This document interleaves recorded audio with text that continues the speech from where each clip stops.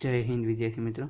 तो आज આપણે ફાઇનાન્શિયલ એકાઉન્ટિંગ ફોર મેનેજર્સમાં તમારી જે બીજું ચેપ્ટર છે માનવ સંસાધન તાલીમ અને વિકાસ, તો તેનો જે દાખલો તમને કસોટી પત્રમાં આપેલો છે તે દાખલાનું આજે આપણે સોલ્યુશન કરાવવાના છીએ। તો કસોટી પત્રમાં તમને જે બીજો દાખલો આપેલો છે એ અને બી કરીને આજે આપણે આનું સોલ્યુશન કરાવવાના છીએ।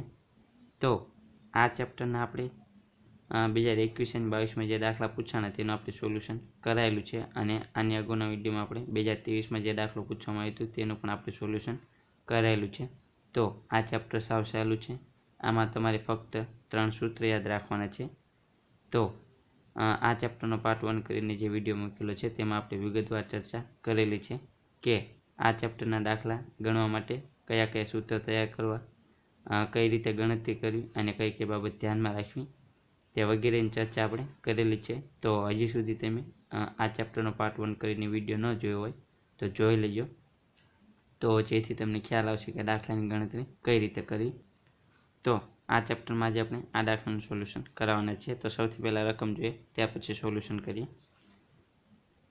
તો આપણે સૌપ્રથમ રકમ જોઈએ તો આપણને કીધેલું છે કે નીચેની વિગતો પરથી દેવસર મિલની માર્ચ 2021 માસના નવા નિમાયેલ મજૂરોને આધારે મજૂર ફેરબદલી દર શોધો। એટલે કે આપણે અહીં કીધેલું છે કે નવા નિમાયેલ મજૂરો એટલે કે કામદારોને આધારે આપણે મજૂર ફેરબદલી દરની ગણતરી કરવાની છે। આપણને અહીં ફક્ત એક પદ્ધતિ મુજબ આપણને મજૂર ફેરબદલી દર શોધવાનું કીધેલું છે નવા નિમાયેલ કામદારને આધારે। તો આપણે જોઈએ તો આપણને કઈ કઈ વિગત આપેલી છે, તો આપણને મહિનાની શરૂઆતમાં કામદારોની સંખ્યા આપેલી છે 1900, એટલે કે શરૂઆતના કામદાર આપેલા છે, અને મહિનાના અંતના કામદારોની સંખ્યા આપેલી છે, એટલે કે શરૂના અને અંતના આપણને આખરના કામદારોની સંખ્યા આપેલી છે। તો આના આધારે આપણે સૌપ્રથમ સરેરાશ કામદારોની સંખ્યાની ગણતરી કરીશું, એટલે કે શરૂના કામદાર પ્લસ આખરના ડિવાઈડ બાય 2 કરીશું તો આપણને મળશે સરેરાશ કામદારોની સંખ્યા। ત્યાર પછી આપણે જોઈએ તો મહિના દરમિયાન મિલમાંથી છૂટા થયેલા કામદારોની સંખ્યા 180, તો આપણને અહીં છૂટા થયેલ કામદારોની સંખ્યા પણ આપેલી છે ટોટલ 180। ત્યાર પછી આપણને કીધેલું છે કે સંયુક્ત પદ્ધતિ મુજબ મજૂર ફેરબદલી દર 23.60% હતો, એટલે કે આપણને સંયુક્ત પદ્ધતિ મુજબનો મજૂર ફેરબદલી દર આપેલો છે અહીં। તો આટલી વિગતને આધારે આપણે નવા નિમાયેલ કામદાર માટે મજૂર ફેરબદલી દરની ગણતરી કરવાની છે। તો જ્યારે પણ આવો દાખલો પૂછાય ત્યારે સૌપ્રથમ આપણે જે આપણને વિગત આપેલી છે તેના આધારે સરેરાશ કામદારોની સંખ્યાની ગણતરી કરીશું, પરંતુ તે પહેલાં આપણને છૂટા થયેલ કામદારોની સંખ્યા આપેલી છે 180, તો તે આપણે ધ્યાનમાં લઈશું। તો છૂટા થયેલ કામદારોની સંખ્યા 180, ત્યાર પછી આપણે સરેરાશ કામદારોની સંખ્યાની ગણતરી કરીશું। તો તે આપણને કઈ રીતે મળશે, તો કે શરૂના કામદારની સંખ્યા પ્લસ આખરના કામદારની સંખ્યા ભાગ્યા 2, તો આપણને મળશે સરેરાશ કામદારની સંખ્યા। તો આપણને અહીં દાખલામાં શરૂના અને આખરના બંને કામદારોની સંખ્યા આપેલી છે। શરૂના કામદારોની સંખ્યા 1900 અને આખરના 1100, એટલે કે 1900 પ્લસ 1100 ભાગ્યા 2, એટલે કે 3000 ભાગ્યા 2, એટલે કે આપણને મળશે સરેરાશ કામદારની સંખ્યા 1500। ત્યાર પછી આપણને આપણે જોઈએ તો આપણને વિગત આપેલી છે કે સંયુક્ત પદ્ધતિ મુજબ મજૂર ફેરબદલી દર 23.60, એટલે કે આપણને સંયુક્ત પદ્ધતિ મુજબનો મજૂર ફેરબદલી દર આપેલો છે। તો આપણે સંયુક્ત પદ્ધતિ મુજબનો મજૂર ફેરબદલી દરનું જે સૂત્ર આવશે સંયુક્ત પદ્ધતિ માટેનું તે સૂત્ર આપણે અહીં લખીશું।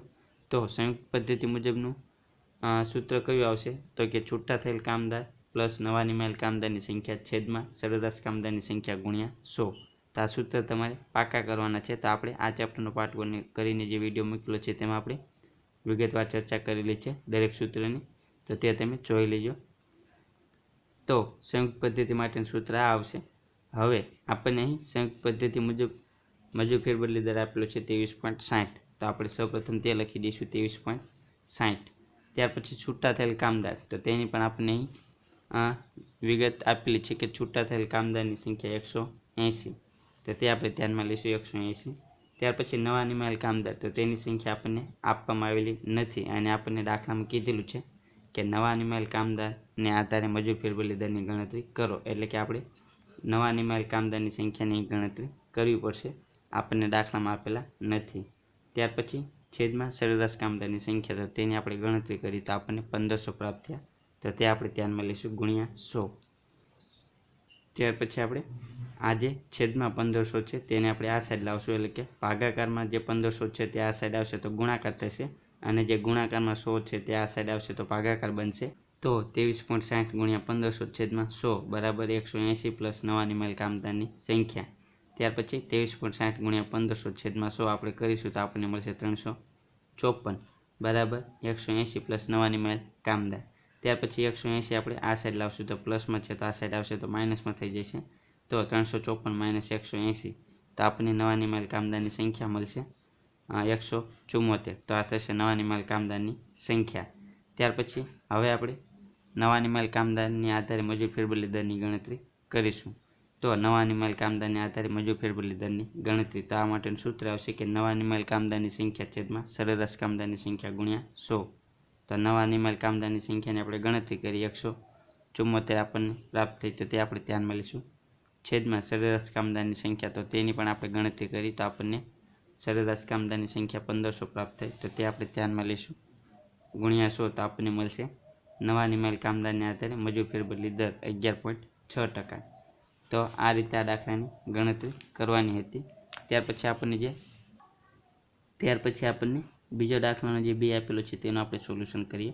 તો આપણને કીધેલું છે કે બિલીમોરા મિલની માહિતી પરથી મજૂર ફેરબદલી દરની ત્રણેય પદ્ધતિ અનુસાર મજૂર ફેરબદલી દરની ગણતરી કરો. તો આપણે આ દાખલામાં ત્રણેય પદ્ધતિ મુજબ મજૂર ફેરબદલી દરની ગણતરી કરવાની છે, એટલે કે છૂટા થયેલ કામદારને આધારે, નવાની માલ કામદારને આધારે અને સંયુક્ત પદ્ધતિને આધારે આપણે મજૂર ફેરબદલી દર ગણવાનો છે.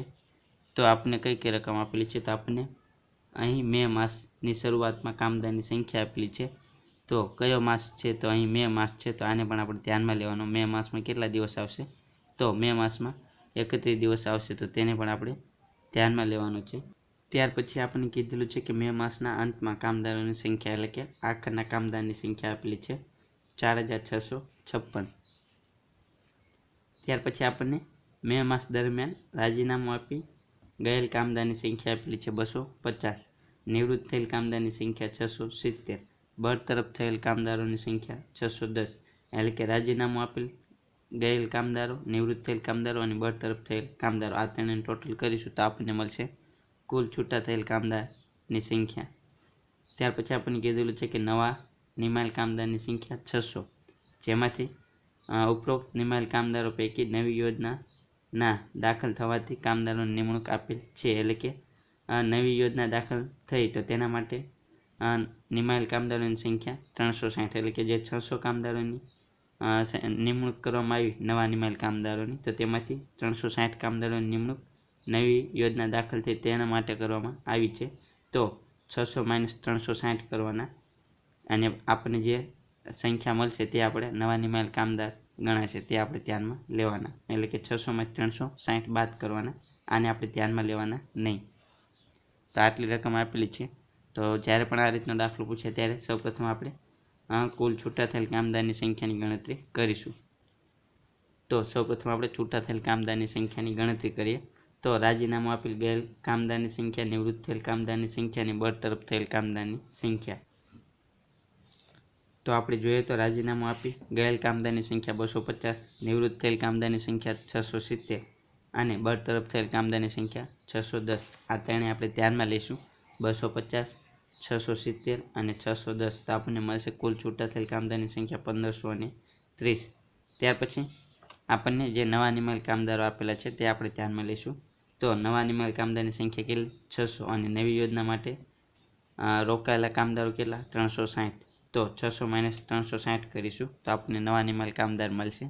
તો નવા નિમાયેલ કામદારની સંખ્યા, એટલે કે કુલ નવા નિમાયેલ કામદાર 600, તેમાંથી નવી યોજના માટે નિમણૂક થયેલ કામદાર 360.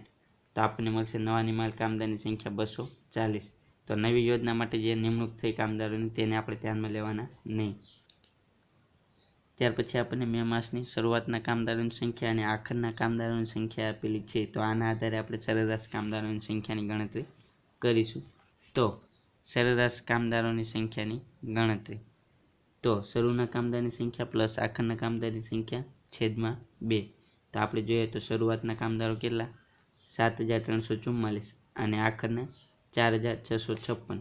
તો તે આપણે ધ્યાનમાં લઈશું. 7344 પ્લસ 4656 ભાગ્યા 2. તો આનો આપણે ટોટલ કરીશું આ બંનેનો, તો આપણને મળશે 12,000 છેદમાં 2 એટલે કે સરેરાશ કામદારની સંખ્યા આવશે 6,000. તો આ થશે સરેરાશ કામદારની સંખ્યા. ત્યાર પછી આપણને કીધેલું છે કે ત્રણેય પદ્ધતિને આધારે આપણે મજૂર ફેરબદલી દરની ગણતરી કરવાની છે. તો સૌપ્રથમ આપણે છૂટા થયેલ કામદાર એટલે કે વિભાજનની પદ્ધતિ મુજબ મજૂર ફેરબદલી દરની ગણતરી. તો તે માટેનું સૂત્ર આપણે લખવાનું કે છૂટા થયેલ કામદારની સંખ્યા છેદમાં સરેરાશ કામદારની સંખ્યા ગુણ્યા 100. તો છૂટા થયેલ કામદાર કેટલા આવશે તો તેની આપણે ગણતરી કરી. કુલ છૂટા થયેલ કામદારની સંખ્યા 1530. તો તે આપણે ધ્યાનમાં લઈશું 1530 છેદમાં સરેરાશ કામદારની સંખ્યા, તો તે આપણને કેટલા પ્રાપ્ત થયા 6,000. તો 6,000 ગુણ્યા 100 તો આપણને મળશે વિભાજન પદ્ધતિ મુજબ મજૂર ફેરબદલી દર 25.5%. તો આ થશે વિભાજન એટલે કે છૂટા થયેલ કામદારને આધારે મજૂર ફેરબદલી દર. ત્યાર પછી આપણે નવા નિમાયેલા એટલે કે પુનઃસ્થાપિત કામદારોને આધારે મજૂર ફેરબદલી દરની ગણતરી. તો તે માટેનું સૂત્ર આપણે લખીશું કે નવા નિમાયેલ કામદારની સંખ્યા છેદમાં સરેરાશ કામદારની સંખ્યા ગુણ્યા 100. તો નવા નિમાયેલ કામદારની સંખ્યા આપણે જોઈએ તો કેટલા આવશે, તો નવા નિમાયેલ કામદારની સંખ્યા આવશે 240 અને સરેરાશ કામદારોની સંખ્યા આવશે 6,000. તો આ બંને આપણે ધ્યાનમાં લઈશું. નવા નિમાયેલ 240 અને સરેરાશ 6,000 ગુણ્યા 100 તો આપણને મળશે 4%. તો આ થશે નવા નિમાયેલ કામદારની આધારે મજૂર ફેરબદલી દરની ગણતરી. ત્યાર પછી ત્રીજી પદ્ધતિ આવશે સંયુક્ત પદ્ધતિ એટલે કે ફ્લક્સ મેથડ પ્રમાણે મજૂર ફેરબદલી દરની ગણતરી. તો આ સંયુક્ત પદ્ધતિ એટલે કે જે વિભાજન પદ્ધતિ અને જે નવા નિમાયેલ કામદારની પદ્ધતિ છે તે બંનેનો આપણે ટોટલ અહીં ધ્યાનમાં લેવાનો છે. તો સંયુક્ત પદ્ધતિ મુજબ મજૂર ફેરબદલી દર એટલે કે નવા નિમાયેલ કામદાર પ્લસ છૂટા થયેલ કામદાર છેદમાં સરેરાશ કામદારની સંખ્યા ગુણ્યા 100. તો નવા નિમાયેલ કેટલા આવશે 240 પ્લસ છૂટા થયેલ 1530 અને સરેરાશ આવશે 6,000 ગુણ્યા 100 તો આપણને મળશે 29.5%. સંયુક્ત પદ્ધતિ મુજબ મજૂર ફેરબદલી દર એટલે કે જે વિભાજન પદ્ધતિમાં આપણને કેટલા ટકા પ્રાપ્ત છે મજૂર ફેરબદલી દર 25.5%. તે અને આપણને નવા નિમાયેલ કામદારને આધારે મજૂર ફેરબદલી દર કેટલો પ્રાપ્ત થયો 4%. તો 25.5 પ્લસ 4 એટલે કે આપણને મળશે 29.5%. એ બંનેનો ટોટલ આવશે. ત્યાર પછી આપણને દાખલામાં કીધેલું નથી પરંતુ તમને સૂચના આપવામાં આવી હોય કે સમકક્ષ વાર્ષિક મજૂર ફેરબદલી દરની ગણતરી કરો, તો તમે કઈ રીતે ગણતરી કરશો. તો સમકક્ષ વાર્ષિક મજૂર ફેરબદલી દરની ગણતરી કરવા માટે આ સૂત્ર ધ્યાનમાં લેવાનું. મજૂર ફેરબદલી દર છેદમાં મહિનાના દિવસો ગુણ્યા વર્ષના દિવસો 365. તો સૌપ્રથમ આપણે વિભાજન પદ્ધતિ માટે સમકક્ષ વાર્ષિક મજૂર ફેરબદલી દરની ગણતરી કરીએ. તો મજૂર ફેરબદલી દર તેનો કેટલો આવશે વિભાજન પદ્ધતિનો, તો વિભાજન પદ્ધતિનો મજૂર ફેરબદલી દર આવશે 25.5%. આપણે જે ગણતરી કરી તે અગાઉ મજૂર ફેરબદલી દરની 25.5, તો આપણે તે ધ્યાનમાં લઈશું. તો 25.5 આવશે છેદમાં મહિનાના દિવસો. તો આપણે કયો મહિનો આપેલો છે, તો આપણને અહીં મે માસ આપેલો છે. તો મે માસમાં કેટલા દિવસ આવશે ટોટલ 31. તો તે આપણે ધ્યાનમાં લઈશું. તો 25.5 છેદમાં 31 દિવસ મહિનાના ગુણ્યા વર્ષના 365 દિવસ તો આપણને મળશે 300% સમકક્ષ વાર્ષિક મજૂર ફેરબદલી દર. તેવી જ રીતે નવા નિમાયેલ કામદાર માટે આપણે જોઈએ સમકક્ષ વાર્ષિક મજૂર ફેરબદલી દર. તો મજૂર ફેરબદલી દર કેટલો આવશે નવા નિમાયેલ કામદાર મુજબ 4%. તો તે આપણે ધ્યાનમાં લઈશું 4% છેદમાં મહિનાના દિવસો 31 અને ગુણ્યા 365 એટલે કે 47% આપણને મળશે. તેવી જ રીતે સંયુક્ત પદ્ધતિ મુજબ આપણે સમકક્ષ વાર્ષિક મજૂર ફેરબદલી દરની ગણતરી કરીએ તો સંયુક્ત પદ્ધતિ મુજબ મજૂર ફેરબદલી દર કેટલો આપણને પ્રાપ્ત થયો 29.5%. તો તે આપણે ધ્યાનમાં લેવાનું. છેદમાં મહિનાના દિવસો 31 ગુણ્યા વર્ષના દિવસો 365 તો આપણને મળશે 347. એટલે કે જે વિભાજન પદ્ધતિ અને નવા નિમાયેલ કામદારની પદ્ધતિ મુજબ જે સમકક્ષ વાર્ષિક દર મળશે તે બંનેનો ટોટલ આવશે સંયુક્તમાં એટલે કે 347. તો આ રીતે સમકક્ષ વાર્ષિક મજૂર ફેરબદલી દરની ગણતરી કરવાની છે. દાખલો સાવ સહેલો છે.